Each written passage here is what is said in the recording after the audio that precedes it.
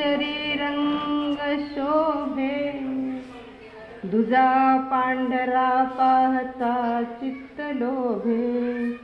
हरित तो तिजा शांती देई मनाला, सदा ठेवू चित्ती तिरंगी ध्वजाला. सदा वंदिते मी भारतीय संस्कृतीला, जननी जनक मायभू सज्जनांच्या स्मृतीला.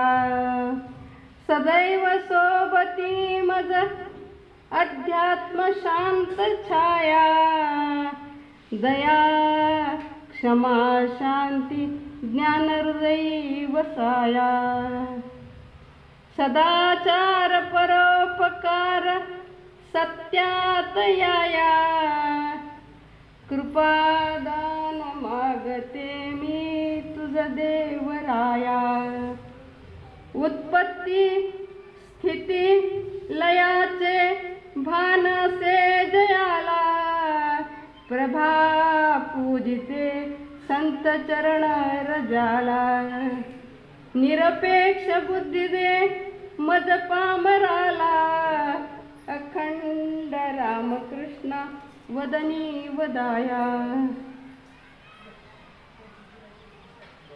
मराठवाडा साहित्य परिषद शाखा तुळजापूर आयोजित पुराणिक लिखित आणि संपादित कविता पिढ्यापिढ्यांची कविता संग्रह प्रकाशन सोहळ्याचे कार्यक्रमाध्यक्ष सन्माननीय श्री अमरदाजी हंगरकर, प्रमुख उपस्थितीत कवी दास, संचालक समग्र प्रकाशनचे मराठवाडा साहित्य परिषद तुळजापूर आणि कार्यवाहक श्री सन्माननीय विजय देशमुख, कवी मराठवाडा साहित्य परिषद तुळजापूर, यातील सर्व सन्माननीय आदरणीय उत्सुक सदस्य, प्रत्यक्ष सहयोग असणारे देणारे बंधू भगिनी आणि या पुस्तकासाठी सुंदर आणि देखणं मुखपृष्ठ तयार करणारे शिवा डोळजोडे आणि संचालिका अमिता पैठणकर यांचे मी प्रथम आभार व्यक्त करते.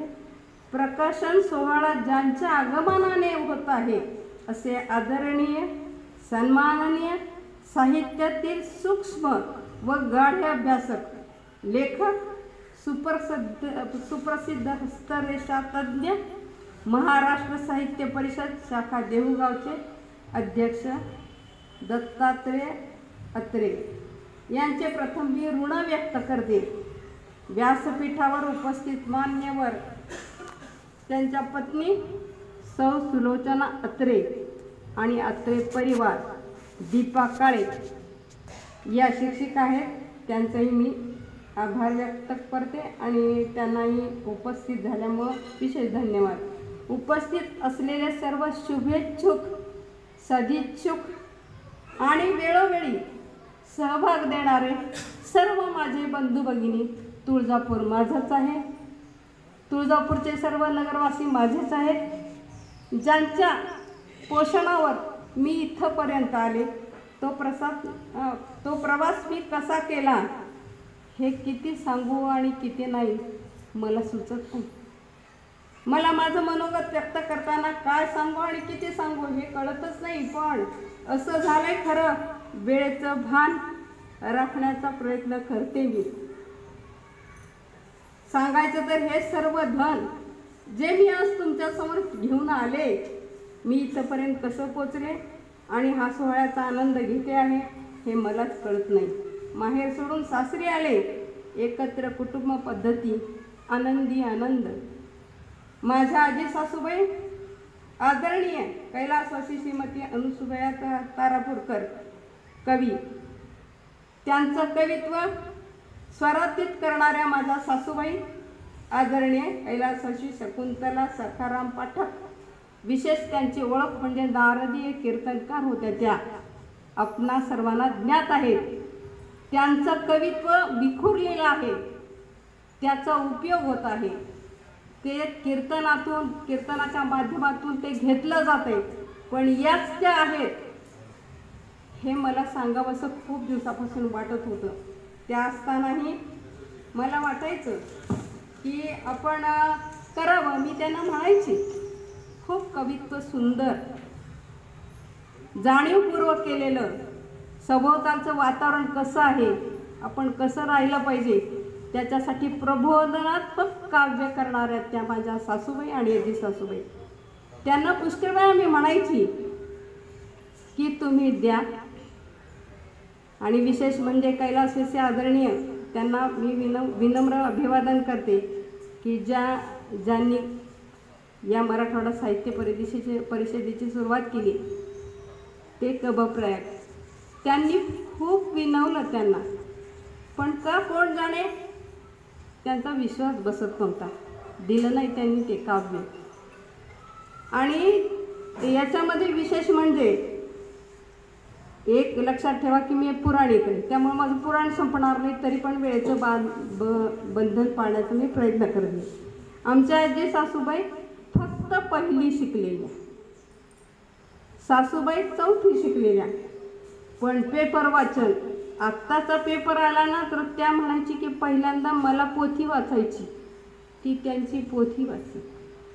पेपर वाचन, संग्रह, कात्रणात असा छंद त्यांचा होता. शब्द संपत्ती, शब्दालंकार यांचा भरपूर साठा, त्यातून काव्यनिर्मितीचा भयंकर ध्यास. प्रतिकूल परिस्थितीतून कधी त्यांनी पोवाडे केले, भक्तिगीतं, भारुडं, अनेक बाजाच्या काव्यरचना केल्या. त्यांच्या कीर्तनातून लोकांपर्यंत त्या पोचल्या सुद्धा. परंतु आज जे मूर्त स्वरूपात काव्यसंग्रह प्रकाशित झालाय, हे करण्यासाठी 1970 सालापासून आधी सुद्धा प्रसिद्धीत आणण्यासाठी ज्येष्ठ साहित्यिक, आताच मी सांगितलं की प्रयोगाने सुद्धा प्रयत्न केला, पण नाही, दिलं नाही. त्यानंतर मी DEDला होते, त्यावेळेला सुद्धा खोपडे सर म्हणून होते. ते म्हणाले, आणा मॅडम आपण पुस्तक प्रसिद्ध करू. नाही दिलं त्यांनी साहित्य. पहिल्यांदा काय करायच्या, त्या लेखन करायच्या. त्यांचं लेखनसुद्धा वह्या ठेवल्यात मी. वह्या म्हणण्यापेक्षा त्यांचं जे लेखन आहे ते एक कागद मी गोळा करून ठेवलेले. मग म्हणायच्या, तुमचे अक्षर चांगली, सुनांच्याकडून वह्या द्यायच्या, काव्य लिहून घ्यायचं. त्याच पावली ती वही, पेन, जे काही साहित्य लिहिलेलं आहे ते पेटीमध्ये जायचं. आम्हाला पाठांतरासाठी मिळत नव्हतं, का कोण जाणे, त्यांचे विचार होते ते नाही साधलं मला. मग शेवटी माणूस कुठं जाता की काय करायची उर्मी असेल, नमाता परदैवता. आईला म्हणलं मी, अगं तुझी मैत्रीण आहे, मी असं करायचं म्हणते, तर त्या मला देतच नाहीत ग अक्का. आम्ही अक्का म्हणायचो. जी अक्का शकुंतलाबाई देवीदासराव पुराणिक, काशीनाथ पाठक राजोपाध्याय तुळजापूरचे मंदिरचे, त्यांची मुलगी माझी आई. तिला म्हणायचं, अक्का मला देतच नाही ग त्या म्हणायचे, जाऊ देत, जुने विचार आहेत, तुला जेव्हा आयुष्यात संधी मिळेल ना तेव्हा तू ते काम कर बरं का. उत्साह, उत्तेजन देणं आणि प्रोत्साहित करणं, तशी माझी आई होती. मग लग्नानंतर DED शिकलो, सगळं झालं. आयुष्यात काही कठीण प्रसंग, नशिबाचे फेरे असतात, त्यात तडकतो माणूस. तसं माझंही झालं असं समजा. त्याच काळामध्ये आता जे तुमच्यासमोर व्यासपीठावर विराजमान आहेत ते अत्रे काका, नवीन लग्न झालेलं जोडपं, नवनिर्मित वाड्यात राहायला आले. काळ धकाधकीचा, नाजूक, मर्यादेचा, बंधनाचा, अतिशय सात्विक व्यक्तिमत्व त्यांचं, अत्रे काकांचं. भविष्य सांगण्याची त्यांची सुरुवात, अभ्यास इथून सुरुवात झालं. ते मला ऐकायला मिळायचं. पण मला माझ्या काही कठीण प्रसंगातून भविष्य विचारावं असं धाडस नाही व्हायचं मला, कारण वय तसं होतं. तरी पण एकदा मी आपली आई अत्रे काकूंची मैत्री करत करत एकदा त्यांना म्हणाले, अत्रे काका माझं भविष्य तर सांगा. ते म्हणाले, नाही, तुमची रास अशी की तुमचा मित्र शनी आहे. मी काय सांगू तुमचं भविष्य, त्यांना आठवत नसेल पण मी लक्षात ठेवलंय. मग काहीतरी सांगा.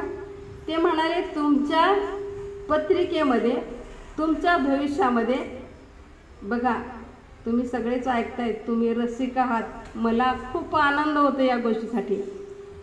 त्यांनी मला सांगितलं की तुमच्या भविष्यामध्ये असं आहे, सांगण्याची कला, प्रसंगाचं भान आणि समोरच्या माणसाचं समाधान आणि वाचाशुद्धी या गोष्टी त्यांच्या वाचीमध्ये आहेत. त्याची प्रचिती मला आज येते. ते म्हणाले की तुम्ही तुमच्यामध्ये साहित्य, कला, गुण, कवी असे गुण आहेत. मी म्हणलं मी कुठं आहे? तळावर, माळावर कधी जाणार?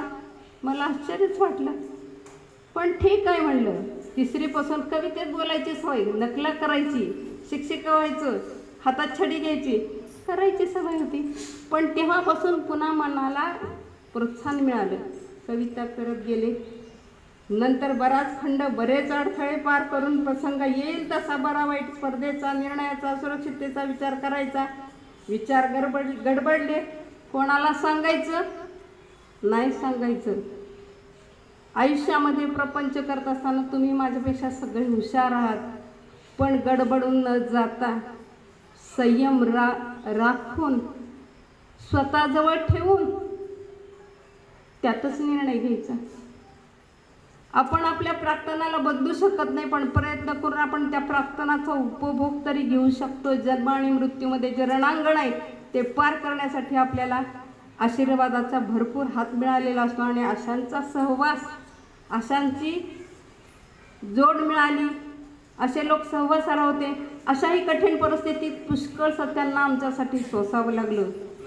पण नाही यात्रेका घर सोडून गेले. मला आता गहीवरचं या गोष्टी सांगताना पण ठीक आहे, ते बाजूमाग काय ठेवते मी.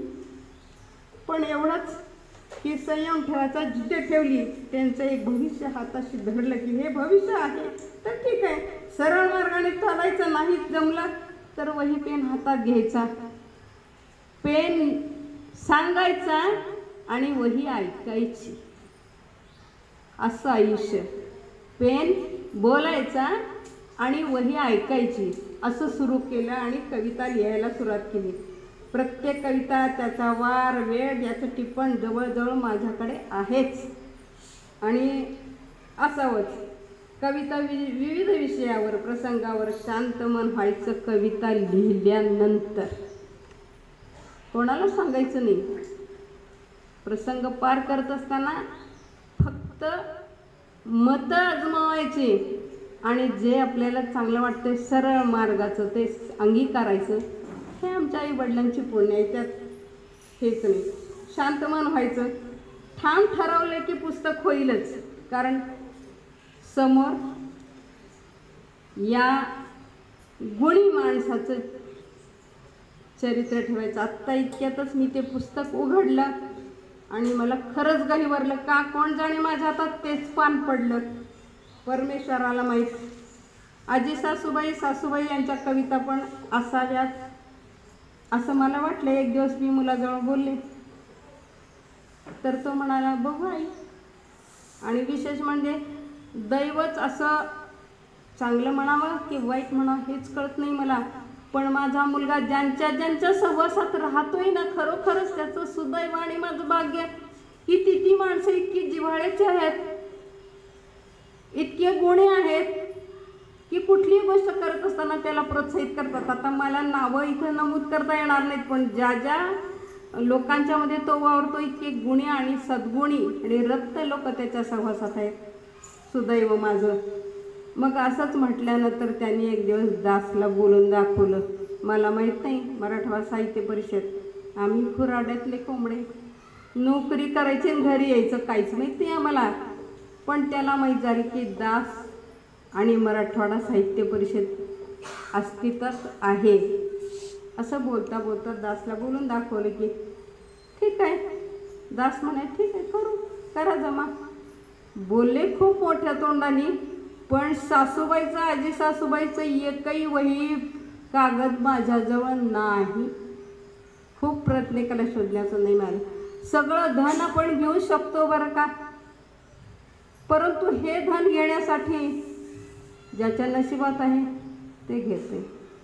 वारसदार धन तर घेतातच थोडा, पण असं धन मिळणं फार भाग्याचं लागतं. ते मला मिळालं नाही तरी पण मी त्याला म्हणलं की आधी यांच्याच कविता छापायच्या आणि यांच्याच कविता पुस्तकामध्ये. मग मी काय केलं आठवायला सर खूप त्रास झाला. 2023 जानेवारीपासून सुरुवात आहे याची. त्याच्यामध्ये कविता आठवायच्या, कीर्तनाला जायची मी त्यांच्याबरोबर, त्या ऐकायचं. मग तेच साहित्य, तीच कविता, तेच पोवाडे रोज लिहित बसायची मी. मागची ओळ पुढं, पुढची माग व्हायची, दासला दाखवायला द्यायची. ते म्हणायचे काय रे असं. नाही बाबा मला आठवत नाही तसं लिहिलं. वर्षाचा प्रवास झाला, एकदाची सगळ्या कविता एकत्र झाल्या आणि मग त्या एका संग्रह केला त्याचा. समग्र प्रकाशक सुदैवाने इतके उत्सुक आहेत, इतके प्रोत्साहित करणारे आहेत आणि इतके संयमी आहेत. आता मला सगळ्याची नावं घेणं, अमरदासजी हंगारीकरचं तर नाव मी आत्ताच ऐकलं, दास, विजय देशमुख, ही लोक खरंच गुणी आहेत. माहीत नव्हतं मला, पण मी म्हणलं की हे लोक इतकं चांगलं काम करते तर ठीक आहे आपण पुढं होऊया. म्हणजे मग ह्या माझ्या बहिणी बंधू सगळे आपल्या बरोबर येतील म्हणून थोडा छोटासा प्रयत्न केला. कविता एकत्र केल्या आणि मग त्या सगळ्या कविता आठवले की कविता लिहायच्या, एकदा द्यायच्या, त्यांनी तपासायच्या, नाही होय करायचं, संग्रहण करण्यात आलं. आणि मग कधी दासला दिलं तर कधी दास कंटाळले नाहीत कविता पाहायला, मागची पुढं पुढची मागं झाली तर. त्यांनी केलं, घरी यावं, मला सांगावं तुम्ही निवडत कविता, बघा होऊ देत, उशीर झाला तर हरकत नाही. असं करत करत त्याचं संग्रहण केलं. एकदाची त्याचं सुसूत्रीकरण झालं, पक्क केलं, क्रमवारी विचारपूर्वक लावली. यात मोलाचं सहाय्य आणि सक्रिय मूर्त स्वरूप येण्यासाठी माझा मुलगा तो माझा मुलगाच आहे, पण ही पण माझी मुलं आहेत.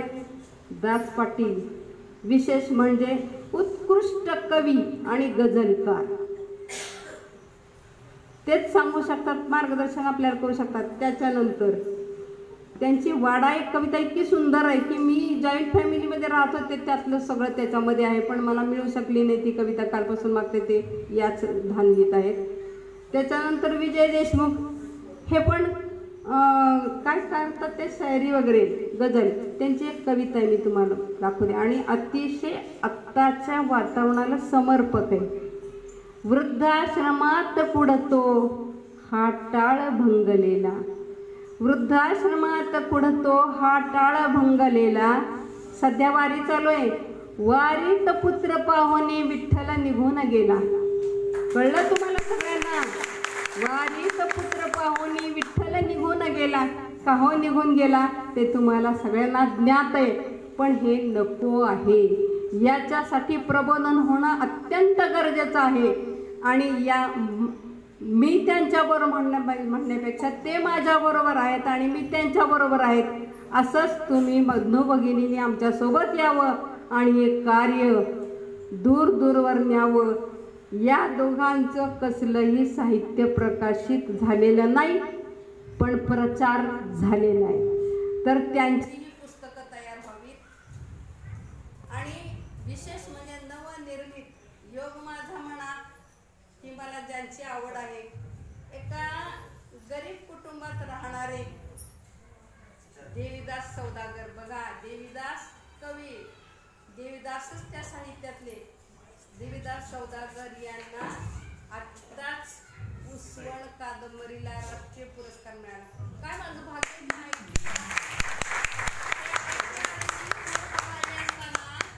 मला हे ऐकायला मिळते आणि मला तर या गोष्टीचा फार आनंद आहे. दुसरी गोष्ट अशी, मुलींची नावं मला माहित नाहीत, पण विद्यार्थी हे माझं दैवत आहे.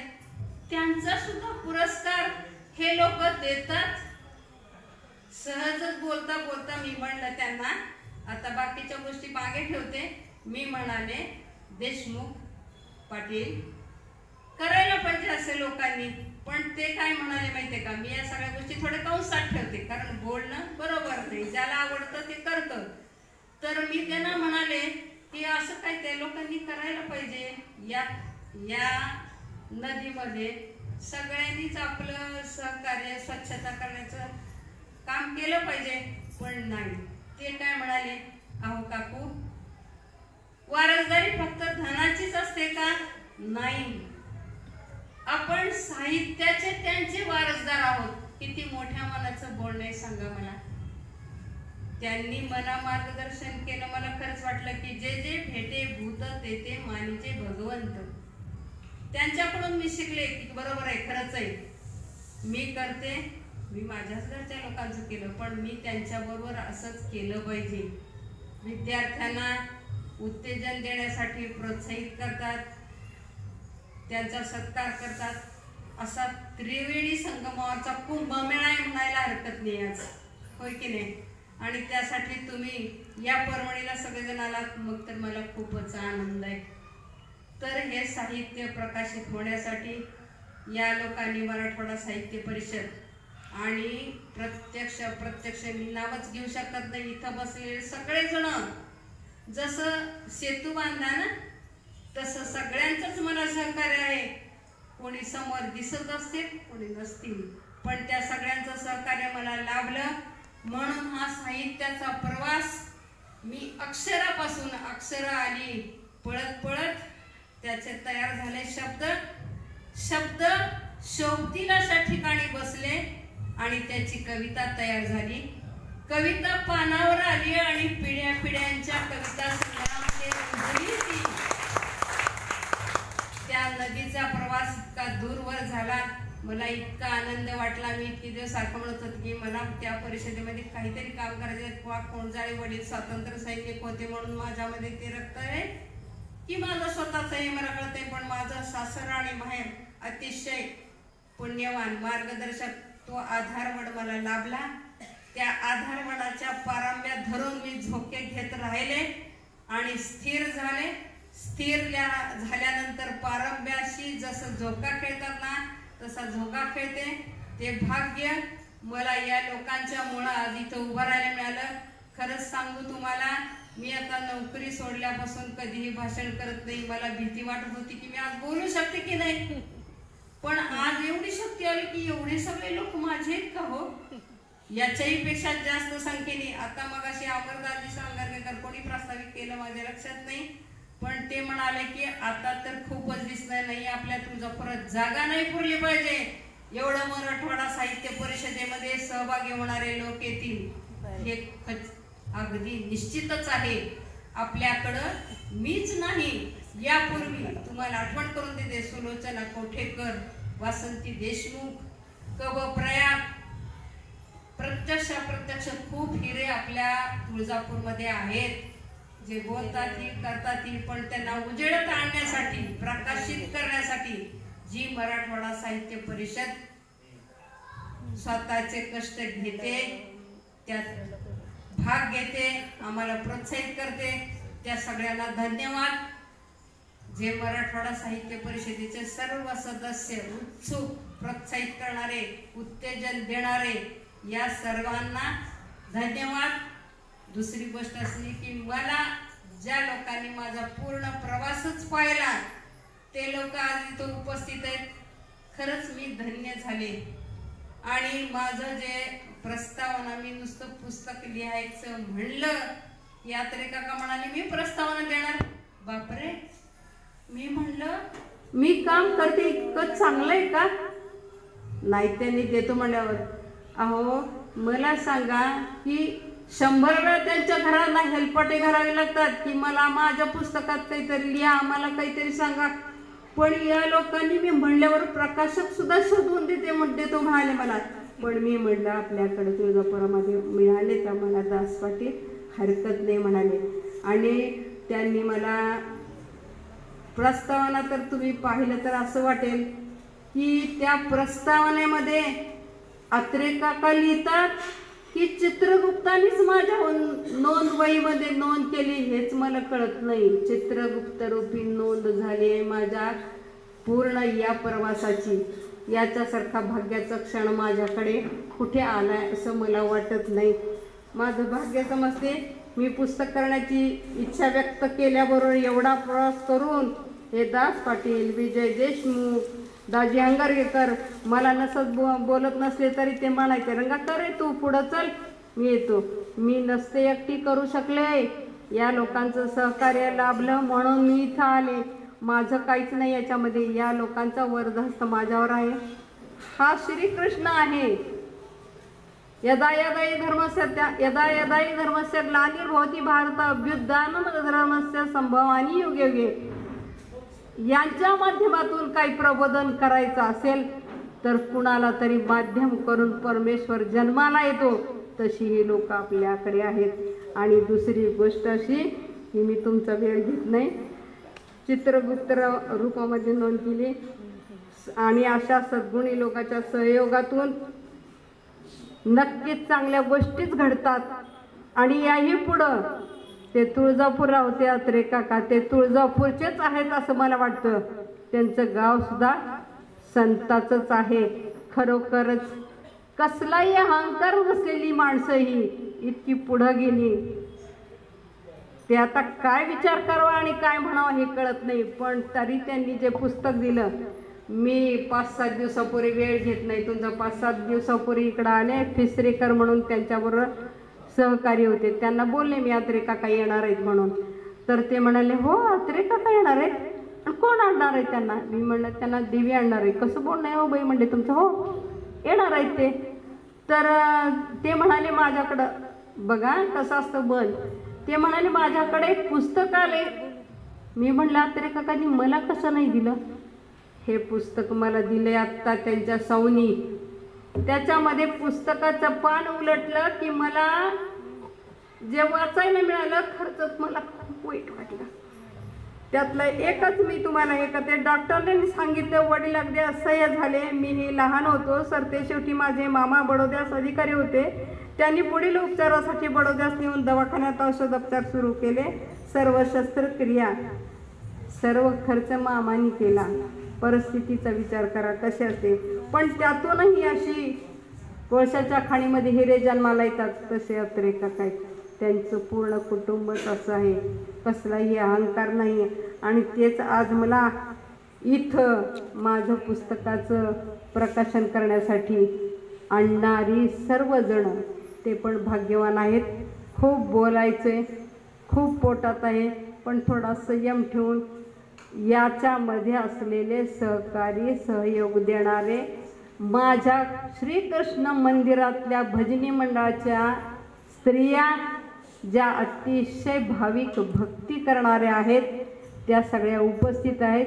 योगायोगाने एखादा मोठा हॉल घेऊन, सभामंडप घेऊन, मोठा पाहुणचार करून मला प्रकाशन करावं असं वाटत नव्हतं. पण मी काय बोलणार, ह्यांचं नियोजन सहज बोलले आणि त्यांनी कबूल केलं.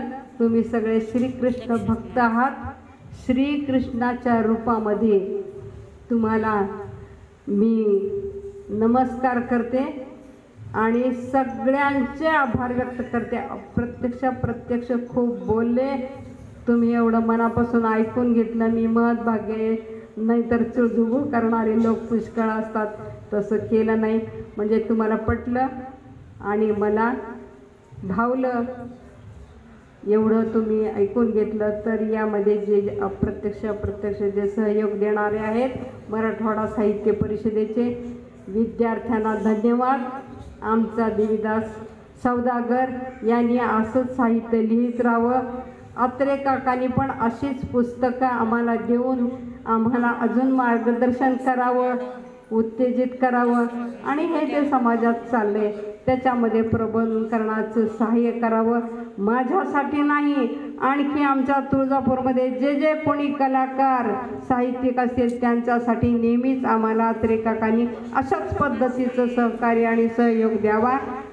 अत्रे परिवारांचं पुन्हा एकदा ऋण व्यक्त करते, धन्यवाद देते, आभार मानते.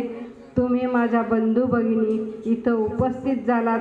माझ्या एवढ्या छोट्याशा काव्यसंग्रहाचं उद्घाटन करत असताना, प्रकाशन करत असताना मन लावून ऐकून घेतलात आणि आलात. तुम्हा सर्वांना धन्यवाद. असं सहकार्य करा आणि असेच आपले तुळजापूरचे एक हिरे जन्माला येऊ द्या. अशाच लोकांनी जे देवासारखे आहेत त्यांनी पुन्हा यावं. जगदंबेनी स्त्रियांचे कष्ट की त्यांना प्रत्येक भूमिकामधून पुढे जावे लागतं. तिचं बालपण सुखात गेलं, तरुणपणामध्ये तिच्यावरती अखंड घाव होत राहिले प्रसंगाचे. पण तिचं एक तत्व आहे, रडकथा कधी गायची नाही, त्यातून पुढं जायचं. आणि माझ्या बहिणीनं असंच केलं की तिचे शब्द, तिच्या भावना जागृत ठेवून ते लिहिलं तिनं. आणि हिचं छत्र आम्हाला असंच अखंड लाभावं. एक प्रसंग फक्त मी सांगणार की आम्हाला बहीण भावंडाला सुद्धा तिनं दिलेली माया. 72चा दुष्काळ जर कोणाला आठवत असेल तर सांगते की अहिल्याबाईची विहीर आहे. अहिल्याबाईच्या विहिरीमध्ये खाली थोडंसं पाणी होतं. आम्ही पाणी भरायला गेलो. ही पण सासूरवाशीन, हिला पण मिळाली अर्धी भाकरी. आम्हाला लागलेली भूक तुम्हाला सांगते. विहिरीमध्ये पाणी भरायला गेल्यानंतर माझी बहीण, मी इतकी घाबरलेली होती की 12 वाजलेले, कारण लाईन लावायची पाण्यासाठी. रात्री आम्ही पाणी भरायला जायचं, रात्री कोणी नसायचं विहिरीमध्ये म्हणून. मग तिथं आम्ही पाणी भरत असताना माझ्या बहिणीला वाटलं की खूप भूक लागली असेल माझ्या भावंडाला. तिचं कोण भाकरी तिथं घेऊन येऊन आम्हाला खाऊ घातलेली. इतकी माझ्या बहिणीची माया बहीण भावंडावर आहे. खूप तिनं आम्हालाही जपलं, आम्हालाही माया दिली. पण माझ्या बहिणीचं एक खूप मला आवडतं की ती, आम्ही जर तिच्याकडे कुठलं गाणं नाही रडायचं नाही, ती कधी सांगायचं या प्रसंगाला सामोरं जायचं आणि यातून पुढे यायचं. तिनं कधी रडकथा गायचं कधी आम्हाला शिकवलं नाही. नाही केला देवधर्म, नाही केले कर्मकांड, नाही केला देवधर्म, नाही केले कर्मकांड. कर्तव्यास पूजिले तिने दैवत मानून, कर्तव्यासी पूजिले तिने दैवत मानून. तूच न्याय देई देवा, अंतरीचा ठेवा विठ्ठला, तुझं माझ्या अंतरीचा ठेवा. माझ्या बहिणीला अखंड दीर्घायुष्य लाभो आणि ते छत्र आमच्या बहीण भावंडावर राहो. एवढं बोलून मी माझे 2 शब्द असंच म्हणावं लागेल. कारण त्यांच्या दृष्टीने प्रत्येक गोष्ट अशा पद्धतीची आहे की कविता, पूर्वीचे ऋषी आणि मुनी यांचं एक वैशिष्ट्य असायचं की ते काही मंत्र सांगायचे. आणि मंत्र सांगताना तो मंत्र कसा आला आणि कुठून आला तर त्यांना तो दिसायचा मंत्र. आणि तो मंत्र दिसल्याबरोबर ते सांगायचे, म्हणून त्यांना द्रष्टा म्हटलं जायचं. तसं कविता ही सूचना म्हणण्यापेक्षा यांची प्रत्येक कविता उगवली असं म्हणावं लागेल. की जसं जमिनीतून झाड उगवतं तसे शब्द उगवले आणि कविता उगत गेली आणि तिचं मग त्याचं रूपांतर अशा पद्धतीचं झालं. मला माहिती आहे की महात्मा गांधी आणि टागोर यांची एक गोष्ट सांगतात की कवितेमध्ये प्रत्येक वेळेला गांधी आणि रवींद्रनाथ टागोरांची एका शांतिनिकेतनमध्ये भेट झाली. आणि भेट झाल्यानंतर रवींद्रनाथ टागोर गांधींना सहज म्हणाले की आपण या ठिकाणी बसलोय, इथं झाडी आहेत, पक्षी आहेत, इथं सगळा हवा सुंदर आहे, फुलांचा वास त्याच्याबरोबर येतो. इतकं सुंदर वातावरण असताना पक्ष्यांचे संगीत आपल्याला ऐकू येतं, तर याच्याबद्दल तुम्हाला काही वाटतं का नाही? म्हणले काही भावना तुमच्या हे होतात का नाही, काही भावनाशीलता तुमच्यामध्ये आहे का नाही?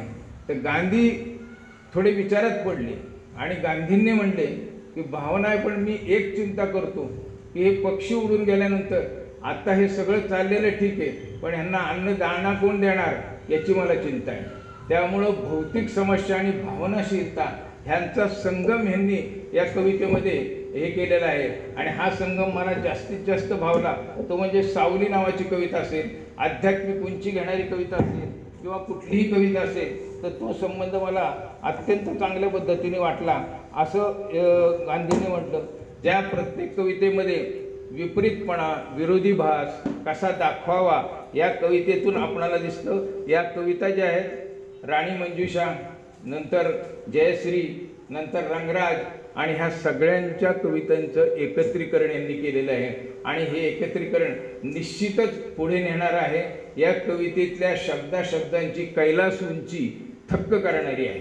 म्हणजे ही प्रतिभेची कैलास उंची आहे असं मी म्हणतो. आणि ही जी आलेली अक्षर भरती आहे सागराला, तर जशी भरती येते तशी यांना अक्षर भरती आलेली आहे. आणि ही अक्षर भरती समुद्रापर्यंत जाणारी आहे आणि हा उंची अशाच पद्धतीने वाढतही राहणार आहे. या ठिकाणी 2 शब्द अशाही पद्धतीने सांगतो की कालिदासांनी असं म्हणले की अर्थाचा परमेश्वर आणि शब्दांची पार्वती यांचा समन्वय घडल्याशिवाय कविता येत नाही. तर तशा पद्धतीची कविता यांच्या याच्यामधून येते. गदी माडगुळकरांचं एक गीत आहे की गाड्यात पंगती बसती, लैलई आग्रह होती, दारात बकारी असती. तर हे विपरीत चित्र आणि समाधानाचं चित्र या दोन्ही चित्रांचा समन्वय या प्रत्येक कवितेत सांगितलेला आहे. या कवितेच्या दृष्टीने दोन गोष्टी आहेत की माझा ऐका, आधुनिक काळामध्ये नवकवितेच्या काळामध्ये माझा ऐका, आणि आत्ता परिस्थिती आणि काळ बदललेला आहे, पिढ्या बदलत चाललेल्या आहेत. अशा वेळेला आपलं भान काय ठेवायचं, आपण कसं राहायचं, कशा पद्धतीने वागायचं याची भविष्याचा धोका दाखवणारी कविता ही माझा ऐका आहे. काही ठिकाणी भजनही आहे. आणि ह्या सगळ्या गोष्टी जरी आपण केल्या तरी नाम घेणे आणि अध्यात्माकडे जाणे आणि अध्यात्माशिवाय दुसरा पर्याय नाही अशा कवितांनी त्यांनी ते हे केले की आपलं दुःख कितीही जरी असलं तरी दुःख कुरवाळच बसायचं नाही, त्याकरता आपण संघर्ष करायचा आणि संघर्षातून पुढे यायचं. म्हणून नोकरी करता त्यांना जो संघर्ष करावा लागला त्याचा साक्षीदार मी आहे. घरामध्ये प्रत्येक गोष्टीचं एक पडदा असायचा, जी सीमारेषा असायची, त्यातमध्ये राग आला, द्वेष आला, लोकव्यवहार आला, समाज मान्यता आली आणि सगळ्या दृष्टीने आपल्या काय मर्यादा आहेत हे राखत राखत यांनी याचं मोठ्या प्रमाणात संपादन केलं. यांना यापुढे देखील मी असं समजतो की यात यश लाभो, याच्यापेक्षा उत्तम लेखन त्यांच्या हातून येऊ आणि त्यांची अशीच प्रगती सुरू राहू म्हणून शुभेच्छा देतो. मराठवाडा साहित्य परिषदेच्या हे कौतुकास्पद काम आहे, त्याबद्दल धन्यवादच दिले पाहिजे. कारण बऱ्याच पुणे जिल्ह्यातल्या साहित्य परिषदेच्या शाखा ह्या बंद पडण्याच्या मार्गावर आहेत आणि त्या बंद पडू नयेत म्हणून इतर मोठ्या साहित्य परिषदेकडे विलीन करण्याचं काम आता सध्या चालू आहे पुणे ह्याच्यामध्ये. पण या ठिकाणी एवढी शाखा जोरदारपणे चालवणं तर याबद्दल तुम्हाला धन्यवादच दिले पाहिजे. आणि हा स्तुत्य कार्यक्रम केल्याबद्दल मी परत एकदा तुम्हाला सर्वांना धन्यवाद देतो आणि मला बोलावल्याबद्दल सर्वांचे आभार मानून मी 2 शब्द संपतो.